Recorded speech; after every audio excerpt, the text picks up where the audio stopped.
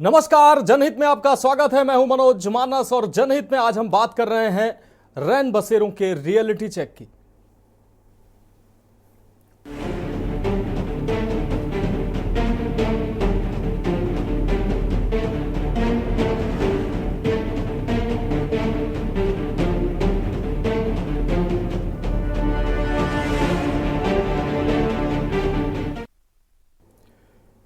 तो रैन बसेरों के रियलिटी चेक की हम बात कर रहे हैं। दिसंबर के सर्द महीने में हड्डियों को गलाने वाली ठंड पड़ रही है। ऐसे में बेघर और बेसहारा लोगों को रात में सर छुपाने के लिए सर पर छत की जरूरत होती है, तो वहीं जमीन की ठंड से बचने के लिए एक बिस्तर की भी जरूरत होती है। हमारे आसपास तमाम ऐसे लोग मिल जाएंगे जो खुले आसमान के नीचे जीवन बसर करने को मजबूर हैं।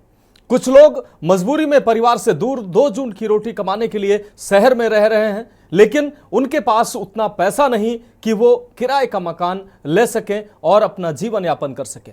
ऐसे लोगों के लिए एकमात्र सहारा रैन बसेरे होते हैं। बेसहारा और जरूरतमंद लोगों को कोई दिक्कत ना हो, इसके लिए प्रदेश सरकार भी रैन बसेरों में सारी व्यवस्थाएं कर रही है। लेकिन रैन बसेरों में कहीं तो व्यवस्था ठीक पाई जा रही है, ठीक व्यवस्था होती है, तो कहीं अव्यवस्थाओं का अंबार साफ तौर पर नजर आता है। कई जगह व्यवस्था भी ठीक होती है, लेकिन जागरूकता और प्रचार प्रसार के अभाव में महत्वपूर्ण जन उपयोगी सुविधा से बेसहारा और निर्धन जो लोग हैं वो कम ही इस योजना या इन रैन बसेरों का लाभ उठा पाते हैं। ऐसे में के न्यूज इंडिया की टीम ने अलग अलग जनपदों में रैन बसेरों का रियलिटी चेक किया, ये जानने का प्रयास किया कि क्या खुले आसमान के नीचे जीने के लिए मजबूर लोगों को रैन बसेरों की सुविधा मिल पा रही है। इन रैन बसेरों में शासन और प्रशासन के दावों के अनुसार लोगों को जरूरी सुविधाएं मिल पा रही हैं। आपको पहले ये रिपोर्ट दिखाते हैं और इसके बाद इस गंभीर विषय पर चर्चा करते हैं।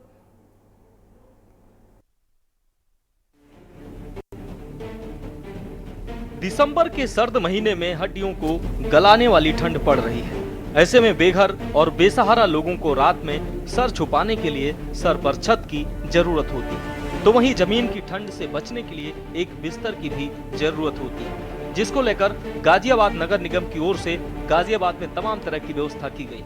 गाजियाबाद नगर निगम ने स्थायी रैन बसेरे के साथ साथ अस्थायी रैन बसेरों को भी बनाया है। ऐसे में हमारी टीम ने गाजियाबाद के रैन बसेरों का रियलिटी चेक किया। रियलिटी चेक के दौरान हमारी टीम ने गाजियाबाद के राजनगर के स्थायी रैन बसेरा का रियलिटी चेक किया, जहां पर तमाम व्यवस्थाएं दुरुस्त पाई गई। वहीं दूसरा रियलिटी चेक गाजियाबाद के आरडीसी में अस्थायी रैन बसेरे का किया गया, जो कि गाजियाबाद के कलेक्ट्रेट से मात्र 300 मीटर की दूरी पर है। यहाँ पर भी तमाम व्यवस्थाएं दुरुस्त की हुई थी।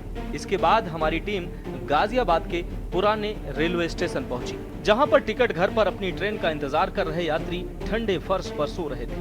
टिकट घर से महज 20 मीटर की दूरी पर अस्थायी रैन बसेरा भी बनाया गया है, लेकिन रैन बसेरा होने की कोई खास जानकारी लोगों को नहीं दी गई है, जिसके चलते एक तरफ जहां रैन बसेरे में बेड खाली पड़े हुए थे, तो वहीं दूसरी तरफ लोगों को कड़ाके की सर्दी में रात गुजारने को मजबूर होना पड़ रहा है। रेलवे स्टेशन पर यात्री जो अपनी ट्रेन का सुबह तक इंतजार कर रहे थे, वह ठंड में फर्श पर सो रहे थे। विनीत जी, यहाँ पर जो लोग आ रहे हैं, कितने लोग रोज आ रहे हैं और कितने लोग रोज आ रहे हैं, किस तरीके से यहाँ पे जो है रैन बसेरा हो रहा है? सर यहाँ पे तो अभी तो फिलहाल सही सब चल रहा है। 16 से 17 लोग यहाँ पे आ जाते हैं। 20 बेड है मेरे पास, जिसमें से मेरे पास 16-17 लोग रोज आते हैं। अच्छा, यहाँ पे जब आप लोग आते हैं तो कैसे रखते हैं आप यहाँ पे? मतलब सर हमको उनसे आईडी लेनी पड़ती है। दिल्ली एनसीआर में लगातार ठंड बढ़ती जा रही है। ऐसे में हम मौजूद हैं गाजियाबाद के रेलवे स्टेशन पर, और गाजियाबाद प्रशासन की तरफ से जगह जगह पर जो है अस्थायी और स्थायी जो है रैन बसेरे बनाए गए हैं। देखिए सामने गाजियाबाद नगर निगम की तरफ से जो है अस्थायी रैन बसेरा बनाया गया है। जैसे आप देख सकते हैं यहाँ पे किस तरीके से लोग यहाँ रह रहे हैं। गाजियाबाद के रेलवे स्टेशन पे जो है शेल्टर होम बना हुआ है। अभी एक तस्वीर जो है हम उधर की तरफ की दिखाएंगे, जहाँ पर ये टिकट घर बनाया गया है, और आप देख सकते हैं वो टिकट घर देखने के बाद जो है आपको अंदाज़ा लगा सकते हैं कि किस तरीके का यहाँ का नज़ारा होगा। क्या यहाँ पर जो है प्रशासन की तरफ से क्या देखरेख हो रही होगी और कितनी लापरवाही जो है यहाँ पे दिन प्रतिदिन बढ़ती जा रही है। आप इधर से देख सकते हैं, एक बार ये नज़ारा देख सकते हैं, रेलवे स्टेशन का नज़ारा है। टिकट घर मौजूद हैं, यहाँ पर लोग मौजूद हैं। रैन बसेरा जो है 20 मीटर की दूरी पर है और उसके बाद भी जहाँ पे जो लोग आप देख सकते हैं कि यहाँ पर लोग किस तरीके से मजबूर हैं यहाँ रुकने के लिए। ये देख सकते हैं आप यहाँ पे, एक बार देख सकते हैं आप यहाँ पे। ठंड में रैन बसेरों की व्यवस्था को लेकर कानपुर का जिला प्रशासन भी सख्त हो गया है। जिलाधिकारी राकेश कुमार सिंह द्वारा प्रशासनिक अफसरों को जोन वाइज बांटा गया है। अफसरों को निर्देश है कि वो अपने जोन में रात में निकलें और रैन बसेरों का औचक निरीक्षण करें और यदि कोई भी व्यक्ति फुटपाथ पर सोता दिखे तो उसे रैन बसेरों तक छोड़ें। रैन बसेरों की व्यवस्था का के न्यूज की टीम ने रियलिटी चेक किया। हमारी टीम देर रात नवाबगंज रैन बसेरा पहुंची। यहाँ पर 8 लोग थे। हमारी टीम ने कुछ लोगों से यहाँ की व्यवस्थाओं को लेकर बातचीत की। इस दौरान एक बुजुर्ग ने बताया कि यहाँ पर सभी व्यवस्थाएं चाक चौबंद है, उन्हें किसी चीज की दिक्कत नहीं है। आगे एक युवक से बात की तो उसने भी कहा कि यहाँ सब कुछ ठीक है। इसके बाद इन्हीं बातों की हकीकत जानने के लिए हमारी टीम रैन बसेरे के अंदर पहुंची। यहाँ पर महिलाओं के ठहरने के लिए 3 बेड पड़े थे, हालांकि कोई भी महिला हमारी टीम को नहीं मिली। इसके साथ हमने यह भी देखा कि रैन बसेरे के लिए कुल 35 गद्दे और 40 कंबल भी थे। हमारी टीम को यहाँ की साफ सफाई भी ठीक मिली। और इस बीच बीजेपी की प्रेस कॉन्फ्रेंस में आपको सीधा लिए चलते हैं, जहां कृषि मंत्री शिवराज सिंह चौहान क्या कुछ कह रहे हैं, सुनाते हैं आपको। उन्होंने जो कुछ कहा है, व्यथा से हम लोग भर जाते हैं। ये हो क्या रहा है? सभापति जी को उन्होंने शिकायत की है, राज्यसभा के सभापति, उनके साथ अशालीन, असभ्य, अमर्यादित व्यवहार किया गया। सभापति जी कह रहे हैं उनके पास रोते हुए आई। क्या महिला आदिवासी सांसद के साथ ऐसा व्यवहार किया जाएगा? क्या उनके इतने निकट पहुंचे कि वो असहज हो जाएं, कहें अरे ये धरती वो धरती जहां कहा गया यत्र नार्यस्त पूजन्ते रमन्ते तत्र देवता। मां, बहन और बेटी का सम्मान भारत की प्राथमिकता रही है। और मैं तो शासकीय कार्यक्रमों में जब भी जाता हूं बेटियों के पैर धोता हूं, लेकिन महिला, आदिवासी महिला सांसद के साथ ये व्यवहार कभी कोई कल्पना कर सकता है क्या? क्या हो गया है राहुल गांधी को? क्या हो गया है कांग्रेस को? और इसके बाद 2 बजे जब हम लोकसभा में पहुंचे तो कांग्रेस के सांसदों ने सारी मर्यादा तोड़ दी, अध्यक्ष की आसंदी के ऊपर चढ़ गए। मैंने तो आज तक नहीं देखा कि अध्यक्ष की आसंदी के ऊपर चढ़ जाए सांसद।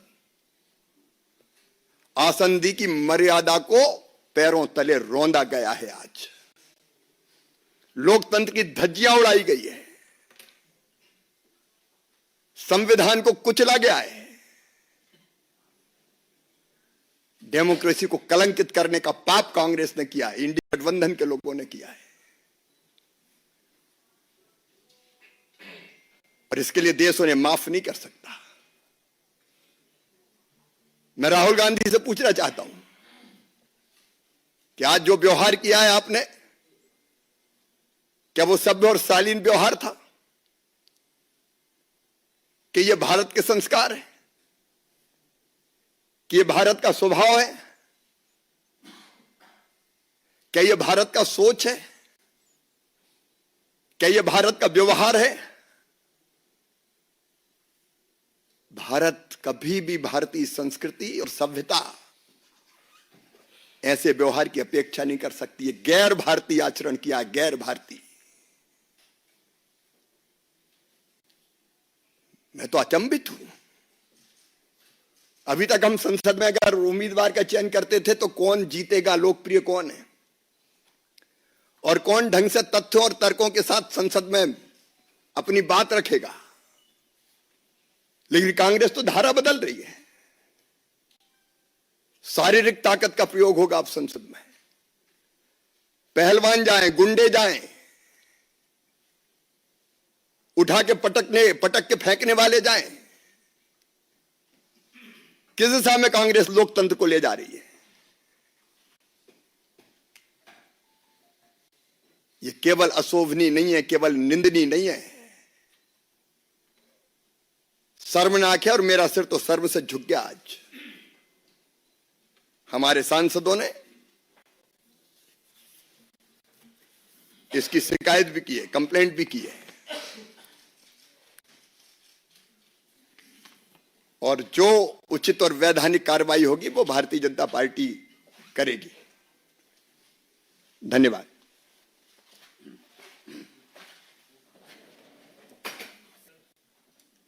हाँ, देवेंद्र जी।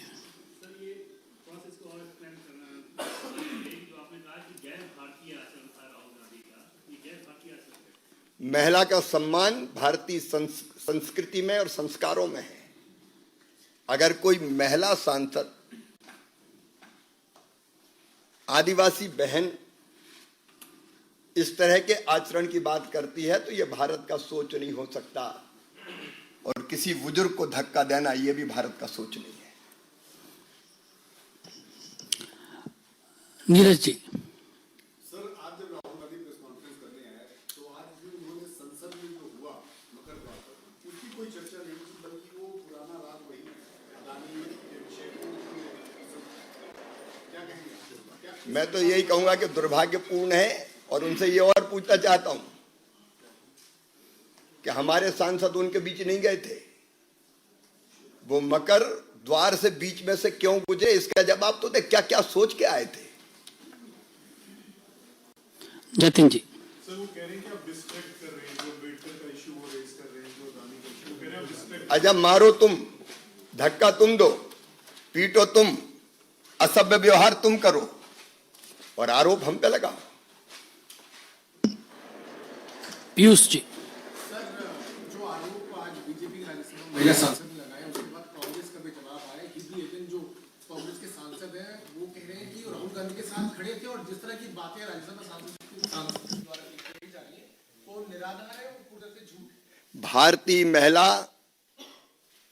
कभी इस तरह के, और विशेषकर सांसद, आदिवासी सांसद, कभी इस तरह के आरोप, झूठे आरोप नहीं लगा सकती।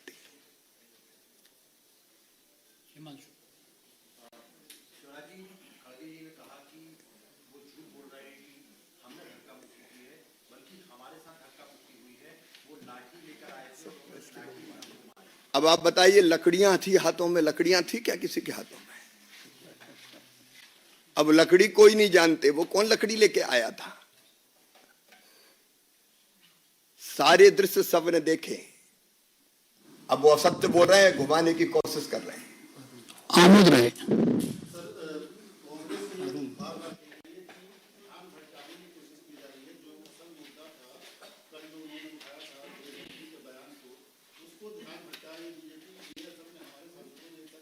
मारपीट तुम करो, ध्यान हम भटकाएं। मैं तो सीधे ये पूछता हूं कि वहां बीच से गए क्यों, बीच में गए क्यों? हम लोग तो नहीं जाते उनका धरना प्रदर्शन, कोई आंदोलन होता है तो। संजय शर्मा जी। सर, मेरा सवाल है, हमारे साथ अनुराग जी, आपके साथ अनुराग जी भी बैठे हुए हैं, पुलिस पे एफआईआर भी आज करे, पुलिस में शिकायत भी हुई है। क्या आपको लगता है कि राहुल गांधी को आप लोग लोकसभा नेता प्रतिपक्ष से हटाने की मांग करेंगे? जो वैधानिक कार्रवाई है हम केवल उसकी मांग करें। मोहित भट्ट। सर, कांग्रेस पार्टी ने भी आज कंप्लेंट की है, मल्लिकार्जुन खड़गे में उन्होंने कहा कि अटैक हुआ था, और उन्होंने ये कहा है कि SC/ST एक्ट जो है वो लगाया जाए एफआईआर में। इस पे क्या कहेंगे?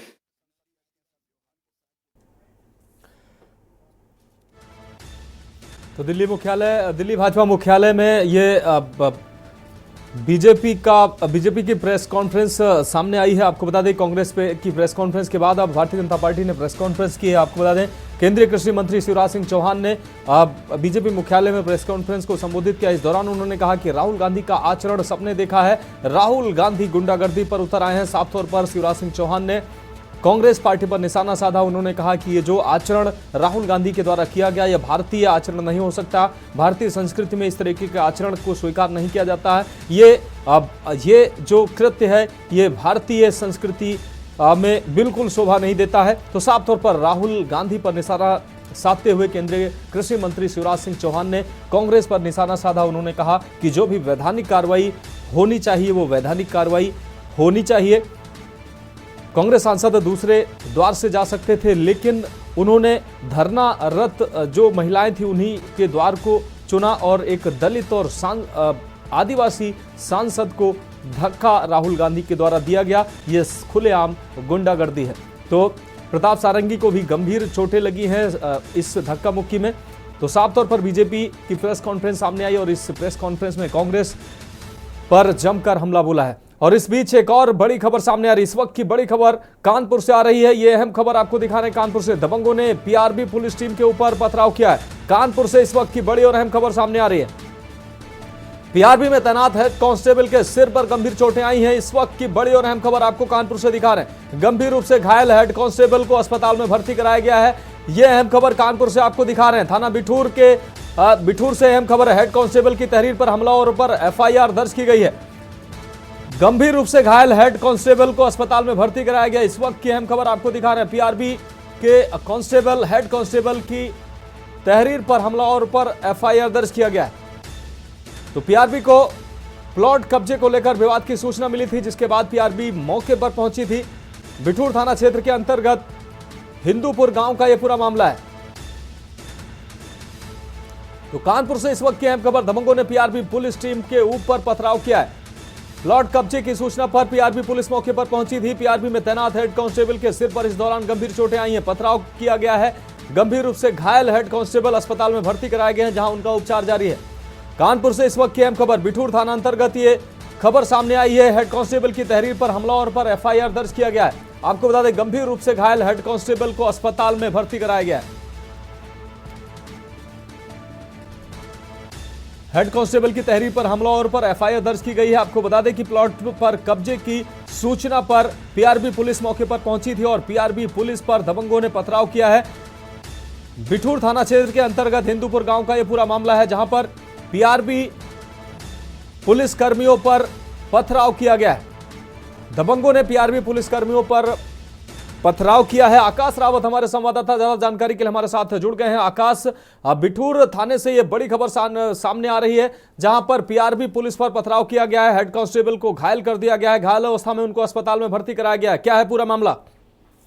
जी मनोज, मैं आपको बता दूं कि ये पूरा मामला बिठूर थाना क्षेत्र के अंतर्गत प्रतापपुर हरी गांव का है। ये पूरा मामला एक जमीन है उस पर घूरा डालने को लेकर हुआ था, जिसके चलते पीआरबी की टीम निस्तारण के लिए पहुंची थी। पीआरबी की टीम जैसे ही पहुंची, वहां पर मौजूद महिलाओं व कुछ अन्य लोगों ने पुलिस टीम के ऊपर पथराव कर दिया, जिससे कि एक हेड कांस्टेबल के सिर पर गंभीर चोटें आई हैं, जिसकी वजह से उन्हें अस्पताल में भर्ती कराया गया। फिलहाल हेड कांस्टेबल की तहरीर के आधार पर कुछ लोगों के ऊपर अभियोग पंजीकृत किया जा रहा है। जी निश्चित रूप से आकाश, आपका बहुत शुक्रिया। तो आपको बता दें कि हेड कांस्टेबल के सिर पर चोटें आई हैं और गंभीर हालत में उनको अस्पताल में भर्ती कराया गया। नजर आ रही है और मैं केवल इतना कहना चाहूंगा कि और अब वापस आते हैं अपने प्रोग्राम की ओर। अपने खास प्रोग्राम की हम आज बात कर रहे हैं रैन बसेरों के रियलिटी चेक को। हमारी टीमों ने अलग अलग जनपदों में ग्राउंड जीरो पर जाकर आपको बता दें रैन बसेरों का रियलिटी चेक किया है और रैन बसेरों में जो तमाम सुविधाएं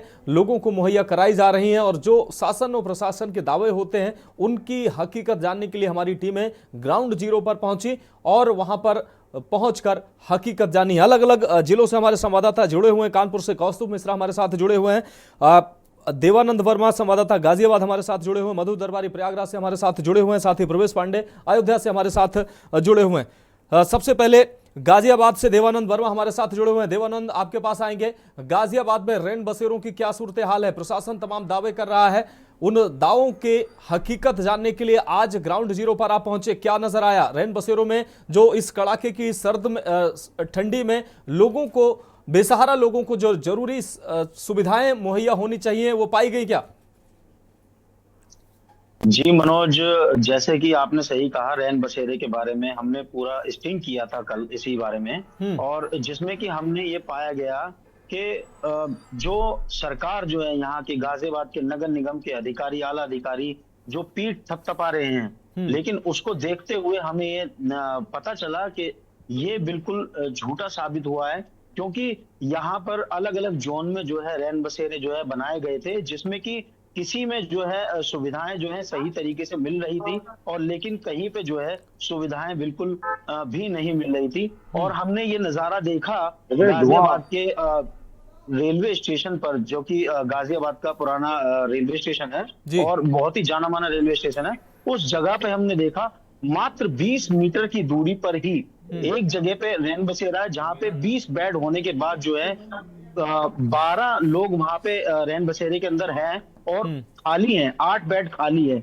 और उसके 20 मीटर बाद ही जो है टिकट घर है। टिकट घर के अंदर जो है वहां पर जो पब्लिक जिनकी ट्रेन सुबह 11 बजे की है, जिसकी 6 बजे की ट्रेन है, तो उन्हें इतना भी मालूम नहीं है, वहां का कोई व्यक्ति उन्हें बता भी नहीं रहा है कि 20 मीटर की दूरी पे रैन बसेरा है, आप वहां जाके जो है आराम कर सकते हैं, आपको ये सुविधा मिल सकती है। ये हमें वहां पे पाया गया। ये मनोज। निश्चित रूप से देवानंद आप हमारे साथ जुड़े रहिए। कौस्तुभ मिश्रा हमारे साथ, संवाददाता कानपुर हमारे साथ जुड़ चुके हैं। कौस्तुभ, कानपुर के रियलिटी चेक करने के लिए, कानपुर में रैन बसेरों का रियलिटी चेक करने के लिए आप ग्राउंड जीरो पर पहुंचे, तमाम रैन बसेरों का आपके द्वारा निरीक्षण किया गया, क्या वहां पर आपको दिखाई दिया? रैन बसेरों में जो समुचित व्यवस्थाएं होनी चाहिए, प्रशासन जो दावा करता है सर्द रातों में बेसहारा लोगों को कंबल और भी जो जरूरी सुविधाएं होती हैं, क्या मिल पा रही हैं रैन बसेरों में, और लोग वहां पर पहुंच रहे हैं क्या? देखिए मनोज, बिल्कुल आपको बता दूं कि सबसे पहले आपको बता दूं कि कानपुर में रैन बसेरों के लिए जिलाधिकारी ने अभी 2-3 दिन पहले मीटिंग करी थी। जोन वाइज जो है प्रशासनिक अधिकारियों को डिवाइड किया गया है। सेंट्रल जोन में अलग अधिकारी रैन बसेरों का निरीक्षण कर रहे हैं। एक इसके साथ एक पश्चिमी जोन बना गया, पूर्वी जोन बना गया। आपको बता दें कि सभी जो प्रशासनिक अधिकारी हैं देर रात निकलकर रैन बसेरों की हकीकत जानते हैं। कल के न्यूज की टीम भी तमाम रैन बसेरों पहुंची थी। हम लोगों ने नवाबगंज का जो है रियलिटी चेक किया था। आपको बता दें वहां पर हमको जो है सारी व्यवस्थाएं उचित मिली थी। गद्दे भी थे वहां पर, अलाव की व्यवस्था थी। इसके साथ ही जो लोग थे उनसे भी हमने बात करी। उनका भी कहना था कि जो रैन बसेरा है वहां पे सारी व्यवस्थाएं अच्छी है, किसी प्रकार की उनको कोई भी दिक्कत नहीं थी। ठीक है कौस्तुभ, आप हमारे साथ बने रहिए। मधुर दरबारी हमारे साथ प्रयागराज से जुड़े हुए हैं। मधुर, आपने कल भी ग्राउंड जीरो पर उतरकर प्रयागराज में रियलिटी चेक किया। रैन बसेरों के रियलिटी चेक में आपको क्या नजर आया प्रयागराज में? प्रयागराज जो बड़ी तैयारी कर रहा है महाकुंभ की, और ऐसे में तमाम व्यवस्थाएं प्रयागराज में जुटाई जा रही हैं शासन और प्रशासन की तरफ से। अस्थायी और स्थायी जो रैन बसेरे की व्यवस्था प्रशासन कर रहा है, क्योंकि बड़ी मात्रा में यहाँ पर, बड़ी संख्या में यहाँ पर श्रद्धालु आने वाले हैं। क्या तैयारियां हैं शासन और प्रशासन की और नगर निगम की? जी मनोज, मैं आपको बता दूं कि दिसंबर का महीना चल रहा है और सर्दी अपने से सितम ढा रही है। आपको बता दूं कि सर्दी तो हो रही है। यहाँ पे प्रयागराज में अच्छी खासी सर्दी हो रही है, और यह इसको माना जा रहा है कि ये जो सर्दी इस बार की लंबी जाएगी, वो करीब जो है दिसंबर से शुरू हो चुकी है, और उसके अलावा ये फरवरी से आगे तक की जाने की उम्मीद है। तो इसके हिसाब से आप जान लीजिए कि सर्दी तो अपना सितम ढा ही रही है। लेकिन जहाँ तक रियलिटी चेक की बात है, तो हमने चेक किया तो उसमें देखा कि 2 तरह के यहाँ पे जो आपके स्थायी व अस्थायी रैन बसेरा है। जिसमें जो स्थायी हैं वो तो स्टेशन के पास ही 2 बड़े जो स्टेशन के पास रैन बसेरे हैं, और उसके अलावा कुछ आगे जाकर भी 2-4 रैन बसेरे हैं। लेकिन अस्थायी यहाँ पे बनाए गए, खासतौर से पूरे प्रयागराज के अंदर अलग अलग क्षेत्रों में उसको बनाया गया है, और करीब 32 ऐसे रैन बसेरे बनाए गए हैं जो अस्थायी हैं, जिसमें से करीब 27 जो है वो पुरुषों के लिए बनाए गए हैं, 5 जो है वो केवल महिलाओं के लिए बनाए गए हैं। पुरुषों के लिए जो बनाए गए हैं उसमें 20 बेड की व्यवस्था की गई है, और जो महिलाओं के लिए बनाए गए हैं उसमें 10 बेड की व्यवस्था की गई है। जो पुरुषों में 20 बेड की व्यवस्था की गई है, उसको मैं आपको बता दूं कि वहां पे करीब सभी जगह मैंने देखा कि गद्दे हैं और चादर हैं, तकिए हैं, उसके साथ साथ रजाई भी है वहां पे। और जो रजाई है वो करीब 20 ही नहीं बल्कि उससे ज्यादा है, करीब 25-26 वहां पे रजाइयां हैं।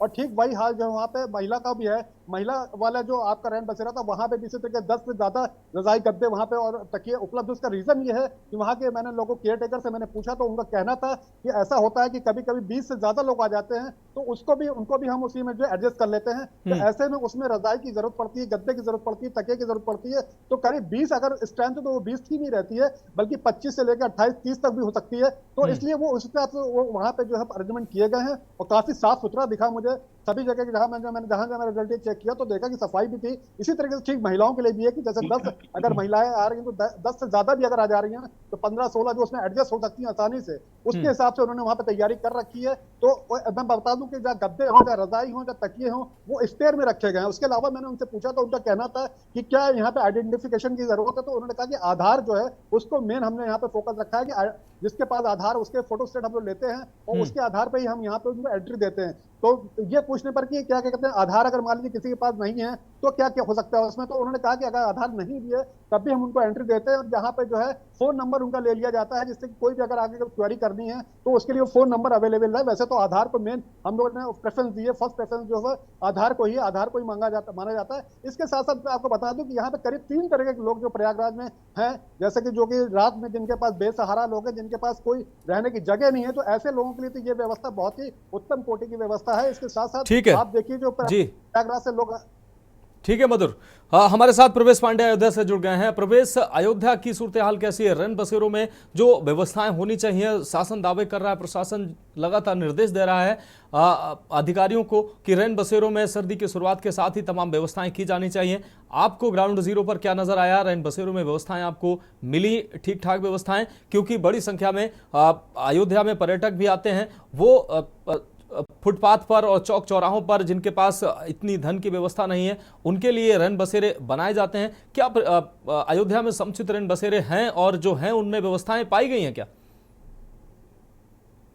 बिल्कुल, आपको बता दें कि अगर अयोध्या की बात करें तो अयोध्या में जो रैन बसेरे का कार्य था वो पहले तो युद्ध स्तर पर किया गया, लेकिन जो रैन बसेरा बनाया गया है वो शहर में तो ठीक ठाक बनाया गया है, लेकिन वही अगर ग्रामीण शहरों की बात करें, ग्रामीण शहरों में सिर्फ खाना पूर्ति की गई है। हम आपको रैन बसेरा दिखाएंगे जो कि आदर्श नगर पालिका है। आदर्श नगर पालिका की बिल्डिंग है और इसकी तरफ जो है ये रैन बसेरा बनाया गया। प्रवेश, आपकी आवाज हमारे दर्शकों को नहीं मिल पा रही है। इस तरीके से खाना पूर्ति की गई है जी प्रवेश, यहाँ पे ना तो कोई यहाँ पे कर्मचारी लगाया गया है और ना ही कोई जो है कोई व्यवस्था की बाकायदा जो है एक गद्दा रखा गया है।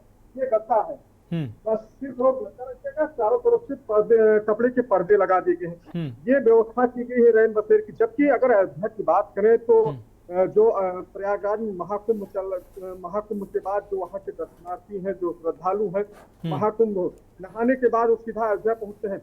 लेकिन अक्सर जो रैन बसेरे हैं वो इस तरीके की पोल खोल रहे हैं। कहीं ना कहीं ये कहना लाजमी होगा कि तुम्हारी फाइलों में गांव का मौसम गुलाबी है, ये आंकड़े झूठे हैं, ये दावा किताबी है।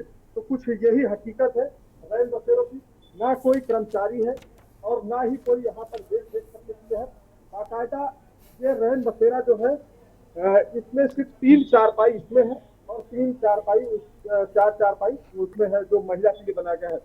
बताया गया कि ये अस्थायी रैन बसेरा है, लेकिन जो लोग देखते हैं वो लोग इस रैन बसेरे में आते हैं जो अशिक्षित होते हैं, जो गरीब होते हैं, जो निरीह होते हैं, उन्हीं लोगों के लिए ये रैन बसेरा बनाया गया था। लेकिन सबसे बड़ी बात यह है कि जो रैन बसेरा बनाया गया है ना कोई इसको देख रेख करने वाला है और ना ही कोई बताने वाला है। अगर फुटपाथ की बात की जाए तो फुटपाथ पे सोने वाले कम से कम जो है दर्जनों ऐसे गरीब लोग होंगे जो कि खुले आसमान में जो है सोने को मजबूर होते हैं। इस तरीके के हालात। जी हाँ, निश्चित रूप से प्रवेश, आप हमारे साथ बने रहिए। बाकी अन्य जनपदों से हमारे संवाददाता हमारे साथ लगातार बने हुए हैं। एक ब्रेक का वक्त हो चला है और ब्रेक के बाद हम वापस लौटते हैं और अन्य जनपदों का भी रियलिटी चेक देखते हैं। आप देख रहे हैं के न्यूज, खबरों का सारथी।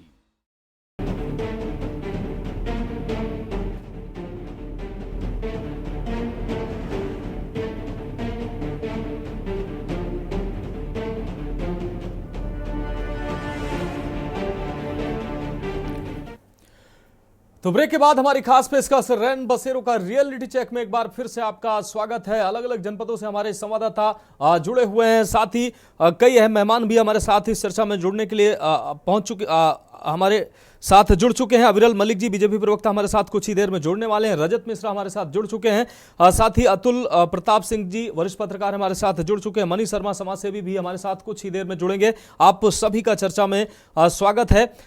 देवानंद वर्मा एक आपके पास आएंगे। आपने गाजियाबाद की जो सूरत हाल दिखाई है, स्टेशन पर सर्दी में फर्श पर लोग लेटे हुए हैं और स्टेशन से महज 20 मीटर की दूरी पर रैन बसेरा बना हुआ है, लेकिन वो रैन बसेरे में सारे जो गद्दे हैं और सारे जो बिस्तर है वो खाली पड़े हैं।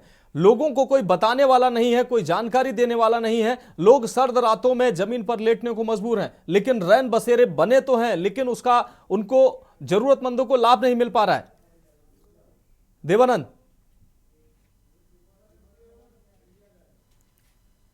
जी मनोज, आपने सही कहा। जैसा कि आप तस्वीरों के माध्यम से, वीडियो के माध्यम से देख रहे हैं कि गाजियाबाद के रेलवे स्टेशन पर, जहां पर हजारों यात्री जो है आते और जाते हैं, वहां पर ऐसी असुविधा देखने को मिली है। बड़ा ही दुखद इस पे जो है सोचने का विचार है। एक गाजियाबाद पुलिस प्रशासन, अगर हम बात करें गाजियाबाद पुलिस प्रशासन की, अगर हम बात करें शासन की, अगर हम बात करें गाजियाबाद नगर निगम की, आला अधिकारी आए दिन वहां पर जो है चक्कर लगाते रहते हैं। उसके बावजूद भी वहां पर यह देखने को मिला कि महज 20 मीटर की दूरी पर भी जो है लोगों को वहां पता नहीं है कि क्या नाम है, यहाँ पर जो है रैन बसेरा बनाया गया है, जो कि वहां पर जाके अपने जो है वहां पे हम रह सकें, वहां पे हम रुक सकें, ताकि हम आराम से जो है ठंड से बच सकें। लेकिन मजबूरन लोगों को जो है खुले आसमान के नीचे, जिसके पास जो भी चीज है, अगर किसी के पास चद्दर है तो वो चद्दर ओढ़ के लेटा हुआ है, अगर कोई फर्श पे है तो फर्श पे ही लेटा हुआ है। मतलब मजबूरन उन्हें जो है ये सब चीज सहन करने का एक ठीक है। देवानंद हमारे साथ प्रवेश पांडे जुड़े हुए हैं। प्रवेश, अभी आपने बताया कि जिस जगह आप खड़े हुए हैं वहां पर टेंट लगाकर रैन बसेरा अस्थायी रूप से बनाया गया है। वहां पर कोई केयर टेकर नहीं है, कोई बताने वाला नहीं है कि ये रैन बसेरा है, यहां रुका जा सकता है। गद्दे और चारपाई के साथ कुछ गद्दे और चारपाई यहां पर डाल दिए गए हैं और कोई यहां जानकारी देने वाला नहीं है कि किसी को कोई बता सके कि यहां पर रुका जा सकता है, ये रैन बसेरा है। और सुविधाओं की तो कोई बात ही ना करें। प्रवेश, बिल्कुल आपको बता दें, अभी हमने पहले भी आपको बताया भी था और तस्वीरें भी दिखाई थी कि ये वही आदर्श नगर पालिका है, यहाँ पर जो है बाकायदा रैन बसेरा जो है रैन बसेरा बताया गया है। हमने जो है यहाँ के चेयरमैन जो है जब्बार अली, उनसे बातचीत भी करनी चाहिए, लेकिन उन्होंने बताया कि हमारा जो रैन बसेरा है जस्ट बगल, यानी कटा हुआ रैन बसेरा बनाया है, लेकिन ना तो कोई उसको देखने वाला है, ना कोई देख करने वाला है, ना ही कुछ ऐसा बना कार्यक्रम कोई पोस्टर लगाया गया है कि यहाँ पे लोग रह सकते हैं, रैन बसेरा बनाया गया, फ्री में रह सकते हैं। ऐसी कोई व्यवस्था नहीं की गई है, जिससे यह साबित होता है कि इस रैन बसेरे का कोई मतलब नहीं है। ये तो एक दिखावटी हो गया, एक कागजी कार्रवाई हो गई, जिससे कि ये बताया जा सके कागजों में, अभिलेखों में कि हाँ रुदौली में भी रैन बसेरा बनाया गया है। और अगर बात की जाए, जो गरीब है, जो निरीह है, जो फुटपाथ पे सोने के लिए मजबूर है, ऐसे दर्जनों लोग होंगे, जो कि रेलवे स्टेशन की बात करें, अस्पताल के बाहर की बात करें या रुदौली कस्बे की बात करें, ऐसे तमाम लोग होंगे जो कि अपनी जो ठंड में जो है। ठीक है, ठीक है प्रवेश, ठीक है प्रवेश, हम अपने सभी संवाददाताओं का फिलहाल शुक्रिया अदा करना चाहेंगे। आप हमारे साथ जुड़े, तमाम जानकारी ग्राउंड जीरो से उपलब्ध कराई। हमारे साथ तमाम मेहमान जुड़े हुए हैं। अविरल मलिक जी हमारे साथ बीजेपी प्रवक्ता जुड़ चुके हैं, रजत मिश्रा जी सपा प्रवक्ता हमारे साथ जुड़ चुके हैं, अतुल प्रताप सिंह जी वरिष्ठ पत्रकार जुड़ चुके हैं, साथ ही मनीष शर्मा जी समाज से भी हमारे साथ जुड़ चुके हैं। अविरल मलिक जी के पास सबसे पहले आएंगे। अविरल मलिक जी, आज के न्यूज रैन बसेरों का रियलिटी चेक करने ग्राउंड जीरो पर पहुंचा, क्योंकि दिसंबर का महीना चल रहा है। सर्द रातों में बेसहारा लोगों को रैन बसेरों का ही सहारा होता है और रैन बसेरों का जो रियलिटी चेक के न्यूज की टीम ने किया, कई जगह पे व्यवस्थाएं तो ठीक मिली है, कई जगह अव्यवस्थाएं भी मिली है, लेकिन कई जगह व्यवस्थाएं होने के बावजूद भी लोगों को जानकारी नहीं है कि रैन बसेरे हैं, यहाँ पर उनको सुविधा हो सकती है, यहाँ पर उनको रात गुजारने को मिल सकती है। लोग रैन बसेरे से 20 मीटर इधर उधर, 50 मीटर इधर उधर सर्द रातों में खुले में लेटे हुए हैं, लेकिन रैन बसेरे खाली पड़े हुए हैं। कैसे ये जो व्यवस्थाएं हो रही हैं, लोगों तक कैसे पहुंचेंगी इन व्यवस्थाओं का लाभ? जी नहीं, देखिए ये विषय चिंताजनक है और निश्चित रूप से के न्यूज की टीम को मैं बधाई देना चाहूंगा। के न्यूज की टीम बधाई की पात्र है। आपको मैं बधाई देना चाहूंगा कि इस विषय पर आपने चिंता जाहिर की और इस पर डिबेट रखने का कार्य किया। और उसके साथ साथ जहां तक विषय भारतीय जनता पार्टी का, तो भारतीय जनता पार्टी निश्चित रूप से गरीबों के हित में कार्य करने वाली पार्टी है। गरीबों को लेकर हमेशा चिंतित रहने वाली पार्टी है। हम गरीबों के साथ रहने वाले लोग हैं, गरीबों के हित में कार्य करने वाले लोग हैं। हम उनकी तरह बिल्कुल नहीं हैं जो अपने हित की बात सोचते हैं। और पूर्व की सरकारों में जिस प्रकार से अपना जेब भरने का कार्यक्रम चलता रहा, उस प्रकार से भारतीय जनता पार्टी नहीं करती है। भारतीय जनता पार्टी दलितों के हित में कार्य करने वाली पार्टी है, गरीबों के हित में कार्य करने वाली पार्टी है। साथ साथ संविधान के आधार पर चलने वाले लोग भारतीय जनता पार्टी के लोग हैं। वंचितों को अधिकार प्रदान करने वाले लोग भारतीय जनता पार्टी के लोग हैं। उत्तर प्रदेश की सरकार हो, केंद्र की सरकार हो, या जितनी भी राज्य सरकारें भारतीय जनता पार्टी की हैं, निश्चित रूप से गरीबों के हित में कार्य कर रही हैं अनेकों जन कल्याणकारी योजनाओं के माध्यम से। लेकिन जहां तक ये पर्टिकुलर इशू का विषय है और आपके कैमरे का जो रियलिटी चेक है, तो इस संबंध में मुझे जानकारी नहीं थी, लेकिन इस प्रकार की घटना घटित हुई है तो निश्चित रूप से चिंताजनक है। और जहां कहीं भी इस प्रकार की घटना सामने आती है, निश्चित रूप से जो भी दोषी लोग होंगे, जो कर्मचारी होंगे जिनके कारण इस प्रकार की त्रुटि रही होगी, निश्चित रूप से उन पर कार्रवाई की जाएगी और उन्हें सूचना प्रदान जरूर की जाएगी। निश्चित रूप से अविरल जी, यही उम्मीद है आपसे। फिलहाल हमारे साथ रजत मिश्रा जी जुड़े हुए हैं। रजत मिश्रा जी, आपका भी चर्चा में स्वागत है। और रजत मिश्रा जी, एक अहम मुद्दे पर, सर्द रातें शुरू हो चुकी हैं, दिसंबर का महीना है। तमाम ऐसे कामगार लोग जो शहरों में काम के लिए निकलते हैं, लेकिन उनके पास इतनी पूंजी नहीं होती है कि वो कमरा ले सके, मकान ले सके, किराए पर रह सकें। वो गर्मियों में तो फुटपाथ और इधर उधर अपना जीवन बसर करते हैं, लेकिन सर्दियों में उनके लिए बड़ी दिक्कतें हो जाती हैं। ऐसे में रैन बसेरे प्रशासन की तरफ से बनाए जाते हैं। वो रैन बसेरे ही वो रैन बसेरे ही सहारा होते हैं उन बेसहारों का। लेकिन तमाम जगह रैन बसेरों की व्यवस्थाएं हर सरकार करती है, नगर पालिका, नगर निगम करती है। व्यवस्थाएं तमाम जगह ठीक भी पाई जाती हैं, तमाम जगह अव्यवस्थाएं, सरकार की तरफ से निर्देश तो दिए जाते हैं, पैसा भी दिया जाता है, लेकिन जमीन पर कुछ अव्यवस्थाएं भी होती हैं। और जहां व्यवस्थाएं होती भी हैं, तमाम जगह ऐसी तस्वीरें सामने आई हैं कि लोग रैन बसेरे के चंद कदम दूरी पर खुले आसमान के नीचे लेटे हुए हैं। गाजियाबाद की अभी हमारे संवाददाता बात कर रहे थे, 20 मीटर के महज दूरी पर फर्श पर लोग लेटे हुए हैं, रैन बसेरे खाली पड़े हैं और उनको जानकारी ही नहीं है, उनको लाभ ही नहीं मिल पा रहा है। बनारस की एक तस्वीर सामने आई, वहां पर गरीबों का कहना है कि वो रैन बसेरे में हम जाते हैं तो कहते हैं कि ये गद्दे गंदे हो जाएंगे, चादरें गंदी हो जाएंगी। रजत जी, बहुत बहुत धन्यवाद मानस जी चर्चा में शामिल करने के लिए। जी देखिए, बहुत ही गंभीर विषय है और लगातार के न्यूज जो है मुद्दों पे आवाज उठा रही है, उसके लिए बहुत बहुत आभार, बहुत बहुत धन्यवाद के न्यूज को मैं करना चाहूंगा कि आप जनता से जुड़े मुद्दों को जो है उठा रहे हैं और इस डिबेट में हम लोगों को हिस्सा लेने का मौका भी मिल रहा है और बहुत सी जानकारियां हम लोगों को नहीं होती और हम लोगों तक ये जानकारियां पहुंच रही है, चाहे वो पक्ष हो या विपक्ष हो। देखिए, लगातार जो भी रैन बसेरा हो गए या सर्दियों में जो भी व्यवस्थाएं होती हैं, अलाव की व्यवस्था है या शेल्टर होम की व्यवस्था है, ये सारी जो जिम्मेदारी होती है ये नगर पालिका की ही होती है, नगर पालिका नगर निगम की होती है। और अगर देखा जाए तो आज के इस हालात में ज्यादातर जो भी नगर पालिका नगर निगम है, उन पर जो है मौजूदा सरकार भारतीय जनता पार्टी के ही वहां पे नगर आयुक्त हो चाहे मेयर हो, वो भारतीय जनता पार्टी के ही हैं। और अब ये देखिए, दिसंबर का महीना आ गया, आधे से ज्यादा हो गया, मतलब ये पीक टाइम है सर्दी का।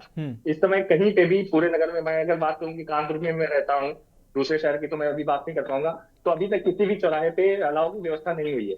जबकि बजट, अच्छा खासा बजट जो है इशू होता है नगर पालिका को, नगर निगम को, इसके लिए वो पैसा कहाँ जा रहा है, कितनी देर में जा रहा है, ये शायद आप लोग जो है बहुत अच्छे से जानते हैं और किसी को बताने की जरूरत नहीं, क्योंकि बजट तो आता है, सर्दी में आता है, लेकिन वो लकड़ी भी वो गरीब की लकड़ी है। ये भारतीय जनता पार्टी जो लकड़ी आ जा रहे हैं, रोटी तो दूर की बात है, और बना रखे वहां पे व्यवस्था नहीं है,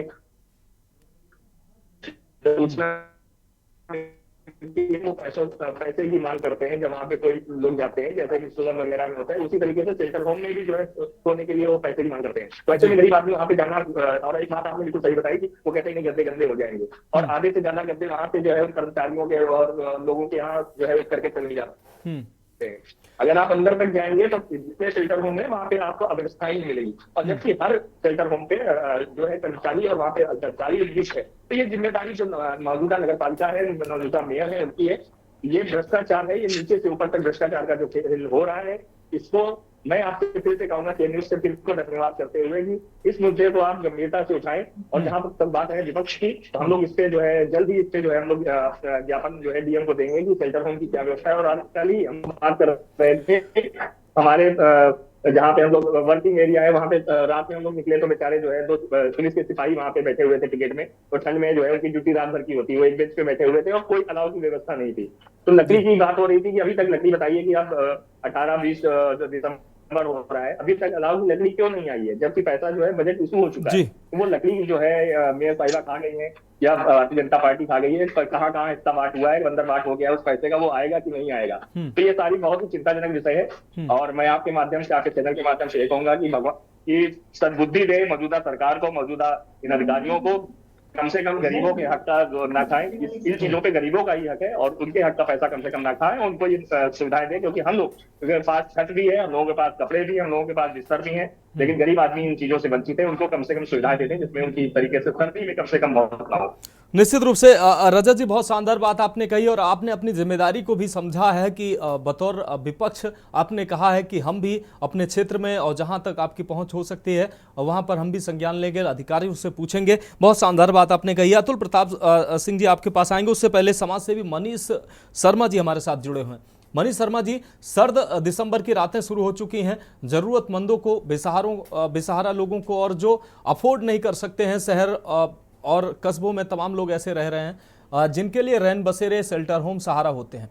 आज के न्यूज़ इस गंभीर विषय पर चर्चा लेकर बैठा है कि क्या जो इन शेल्टर होम, रैन बसेरों में जो व्यवस्थाएं होनी चाहिए, क्योंकि भारी भरकम बजट सरकार और शासन प्रशासन के द्वारा जारी होता है, इन तमाम जगह हमारी टीम जब वहां पहुंची तो तमाम जगह व्यवस्थाएं ठीक भी मिली, तमाम जगह व्यवस्थाएं जो थी वो कागजों में ही मिली हैं, तमाम जगह कागजों में अलाव जल रहे हैं, कागजों में रैन बसेरे हैं और कई जगह तो व्यवस्थाएं हैं भी लेकिन लोगों को जानकारी ही नहीं है, कोई बताने वाला ही नहीं है। तो ऐसे लोगों को इन सुविधाओं का कैसे लाभ मिलेगा? आप समाज से भी हैं, आपके स्तर पर भी क्या प्रयास किए जा रहे हैं? धन्यवाद मानस जी, ये वाकई में ज्वलंत विषय है और गरीबों की आवाज है ये। के न्यूज को भी इसके लिए धन्यवाद देता हूँ। शुक्रिया सर। मगर है क्या ना, अधिकारी जो है मानस जी मौके पर जाना नहीं चाहते कहीं।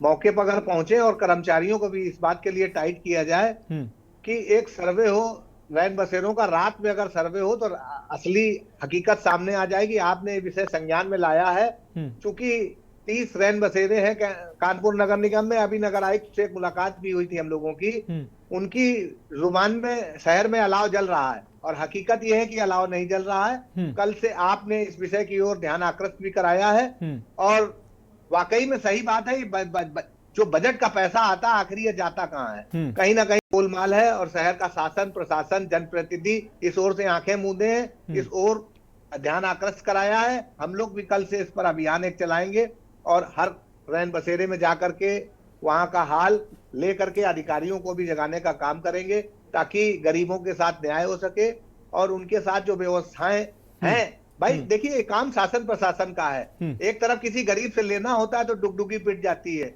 अगर एक छोटा सा लाउड स्पीकर घूम जाए कि कोई रात में बाहर सोएगा नहीं और अधिकारी अगर निकल करके मौके पर मुआयना करें। हाईवे का किनारा है, आप हाईवे के किनारे भी देख सकते हैं, भैरव घाट है, तरसैया घाट है, यहाँ भी सर्द रातों में आपको खुले में सोते हुए लोग मिल जाएंगे।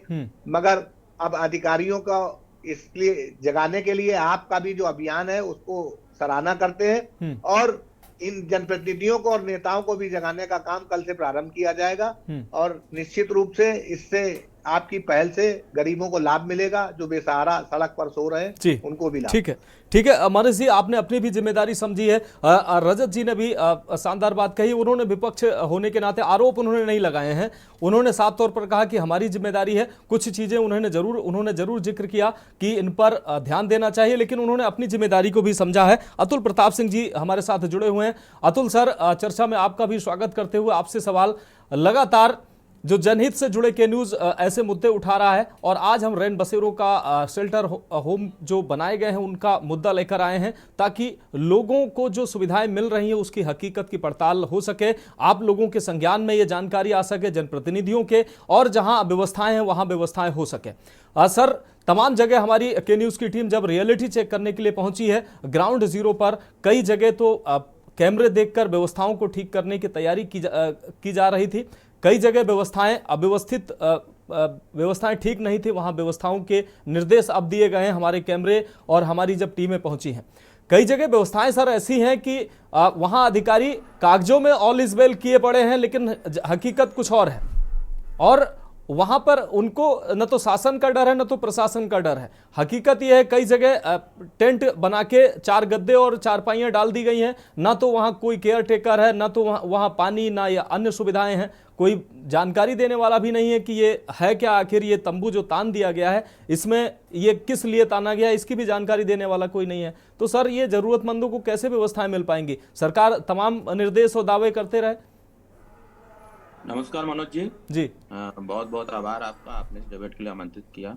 और ये बहुत बड़ा विषय है, सुनने में तो बहुत छोटा है रैन बसेरा, लेकिन आज के न्यूज ने पत्रकारिता के मूल तत्व को छुआ है, जो सीधे उस व्यक्ति से जुड़ा हुआ है जो फुटपाथ में सोता है।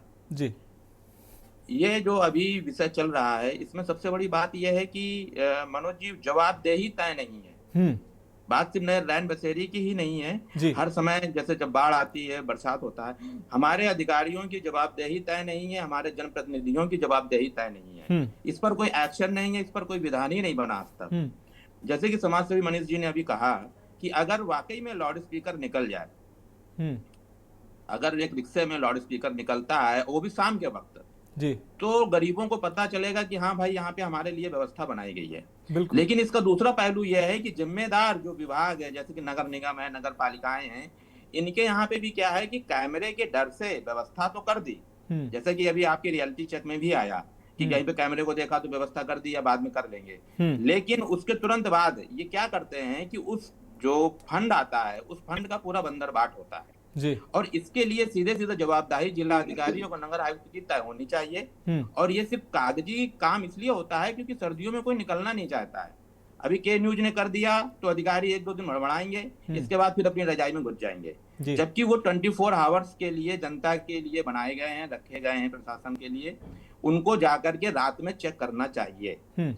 मुझे याद है 2010-11 में कानपुर में एक जिलाधिकारी हुआ करते थे, मुकेश मिश्राम जी।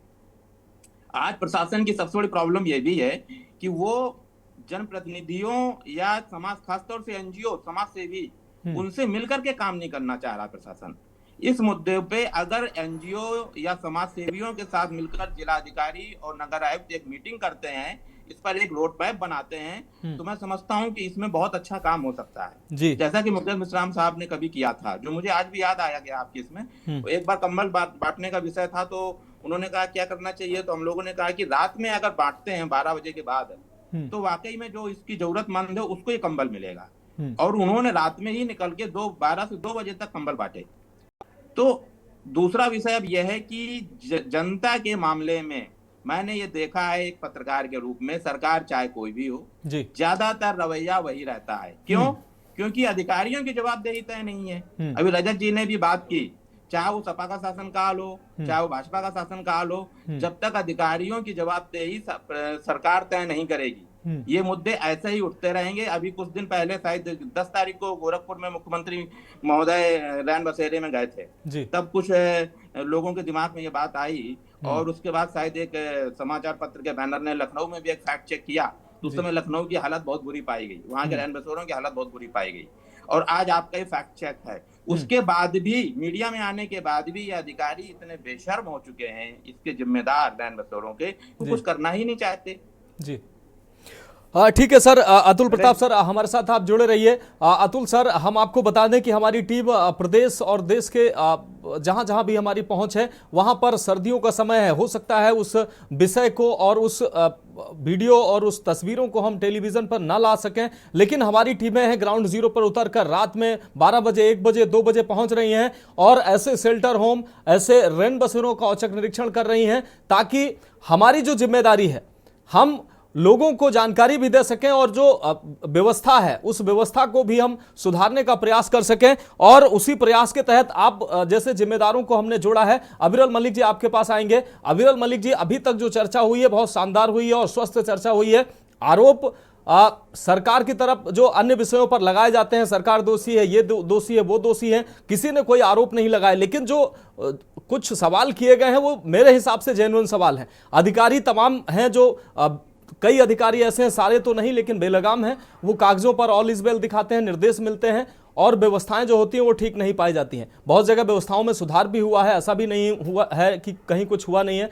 लेकिन अगर आपके कार्यकर्ताओं की बात करें तो हर गली मोहल्ले में बूथ स्तर पर आपके कार्यकर्ता हैं। अगर सरकार आपकी है, अगर ऐसी व्यवस्थाएं हैं तो उन आपके कार्यकर्ता अगर लोगों को जागरूक करने के लिए भी अगर निकल पड़ेंगे बूथ स्तर पर, मोहल्ले स्तर पर, तो भी लोगों को जानकारियां हो जाएंगी और लोगों को व्यवस्थाएं हो जाएंगी। जहां पर शेल्टर होम और ये बने हुए हैं, अगर वहां पर जाके कोई भी बीजेपी कार्यकर्ता अधिकारी से पूछ भी लेगा तो भी मेरे ख्याल से वो संज्ञान ले लेगा, लेकिन ऐसा होता नहीं है। सारे बड़े बड़े छोटे बड़े सारे कार्यकर्ता सिर्फ फोटो फ्रेम में आते हैं, बाकी जमीन पर कोई नजर नहीं आता है। जी नहीं, देखिए जहां तक विषय है भारतीय जनता पार्टी के नेता, कार्यकर्ता, विधायक, सांसद, मंत्री निश्चित रूप से अपने अपने क्षेत्रों में, अलग अलग क्षेत्रों में, जिस क्षेत्र से वो बिलोंग करते हैं, पर्टिकुलरली जिस कॉन्स्टिट्यूएंसी से बिलोंग करते हैं, उस कॉन्स्टिट्यूएंसी के जितने भी जरूरतमंद लोग हैं उन्हें कंबल वितरण का कार्यक्रम करना हो या जिस भी प्रकार से मदद करनी हो वो निश्चित रूप से करते हैं।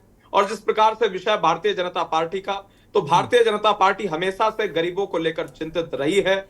और कोरोना काल की भी अगर बात कर ली जाए, कोरोना काल के समय में भी किस प्रकार से भारतीय जनता पार्टी के कार्यकर्ता, भारतीय जनता पार्टी का प्रत्येक कार्यकर्ता, संघ का प्रत्येक स्वयंसेवक अपनी जान के ऊपर खेलते हुए, जान की बाजी लगाते हुए जनता के मध्य में जा रहे थे और जनता की मदद कर रहे थे, जरूरतमंदों की मदद कर रहे थे, गरीबों की मदद कर रहे थे, वंचितों की मदद कर रहे थे, झुग्गी बस्तियों में जा रहे थे। तो निश्चित रूप से भारतीय जनता पार्टी जनता की सेवा करने वाली पार्टी है। भारतीय जनता पार्टी गरीब की चिंता करने वाली पार्टी है। इसीलिए भारतीय जनता पार्टी को पार्टी विद डिफरेंस कहा जाता है। इसीलिए भारतीय जनता पार्टी को जनता वोट देने का काम करती है और इसीलिए माननीय प्रधानमंत्री नरेंद्र मोदी जी को तीसरी बार प्रधानमंत्री जनता के द्वारा चुना जाता है। ठीक है अविरल मलिक जी, रजत मिश्रा जी, आप भी जनता के सेवक हैं, आप भी जनता की सेवा करते हैं और ऐसा कहते भी हैं। आप अपनी जिम्मेदारी निभाते हुए और जो अविरल मलिक जी कह रहे हैं वो सब कुछ जो कमियां हैं वो दूर हो जाएंगे, आपको लगता है, और होना चाहिए, मुझे तो लगता है। आप अपनी प्रतिक्रिया दे दीजिए। जी, मैंने कहा कि हम लोग देखिए विपक्ष में हैं और जितने भी नगर निगम है, आज ज्यादातर में जो है भारतीय जनता पार्टी के ही मेयर हो या अधिकारी हो, जो भी है वो वहाँ पे हैं, लेकिन उनकी जवाबदेही बिल्कुल भी तय नहीं है। आपने जैसा हमारे